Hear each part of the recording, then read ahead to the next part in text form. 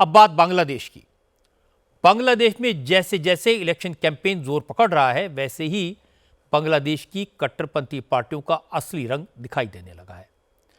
जमात इस्लामी के नेताओं ने साफ साफ लफ्जों में कह दिया कि अगर उनकी सरकार बनी तो बांग्लादेश में शरीयत लागू करेंगे, बांग्लादेश में इस्लामिक हुकूमत कायम करेंगे। बांग्लादेश के बरगुना में चुनाव प्रचार के दौरान जमात इस्लामी के नेता ने कहा कि बांग्लादेश में 90% मुसलमान रहते हैं, इसलिए यहां इस्लामिक हुकूमत होनी ही चाहिए। बरगुना में जमात के लीडर अफजल हुसैन ने कहा कि जमात की जीत का मतलब अल्लाह का राज, कुरान का शासन होगा। बांग्लादेश की आवाम भी यही चाहती है कि मुल्क में सेक्युलर संविधान की जगह इस्लामिक राज कायम हो। बांग्लादेश में नई सरकार के गठन के लिए 12 फरवरी को वोटिंग होनी है। चुनाव प्रचार पिछले हफ्ते गुरुवार को शुरू हुआ है। मोहम्मद यूनुस की सरकार ने शेख हसीना की पार्टी अवामी लीग पर बैन लगाया हुआ है और जमात इस्लामी पर लगा बैन हटा लिया है। अब मेन मुकाबला पूर्व प्रधानमंत्री खालिदा जिया की बांग्लादेशी नेशनलिस्ट और जमात इस्लामी की अगुवाई में बने 10 पार्टियों के अलायंस के बीच है। जमात इस्लामी के साथ नेशनलिस्ट सिटीजन्स पार्टी एनसीपी भी शामिल है।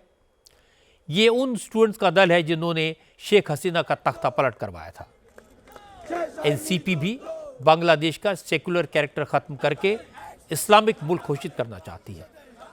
जमात इस्लामी के नेता कैंपेन के दौरान बार बार दावा कर रहे हैं कि बांग्लादेश में मुसलमानों का बहुमत है, 90% से ज़्यादा आबादी मुसलमानों की है, तो फिर बांग्लादेश को बेवजह सेकुलर मुल्क होने का दिखावा करने की क्या ज़रूरत।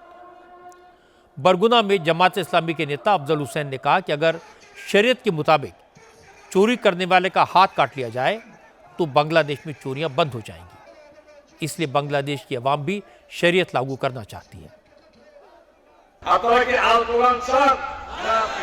आप क्या अल कुरान चाहते हैं या नकली चाहते हैं? अगर अल कुरान चाहते हैं तो संसद में जमाते इस्लामी का राज कायम है। मैं अपनी पार्टी के लीडर से कह रहा हूं कि उसके बाद कोई बाधा नहीं रहेगी। हम सब जोर लगाकर संसद में बोलेंगे कि ये देश मुसलमानों का देश है। जहां 80 से 90% मुसलमान हैं, वहां गैर इस्लामिक कुछ नहीं रहेगा। संसद रह सकती है। यहां कैसा राज होगा? अल्लाह का, कुरान का राज होगा। मान लीजिए कि अगर कोई चोरी करे और चोर का हाथ काट दिया जाए तो क्या इस इलाके में फिर और चोरी होगी? हमें वही निजाम चाहिए। फिर आप लोगों को कोई चिंता करने की जरूरत नहीं होगी।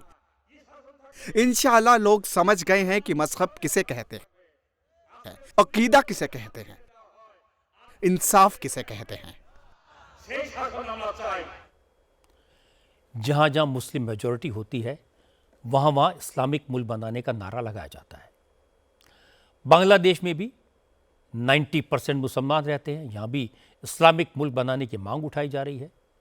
लेकिन कोई इन लोगों को ये बताए कि उनके बगल में एक इस्लामिक मुल्क है, उसकी हालत क्या है, पाकिस्तान में किस कदर बेहाली है, ये उन्हें एक बार देख लेना चाहिए।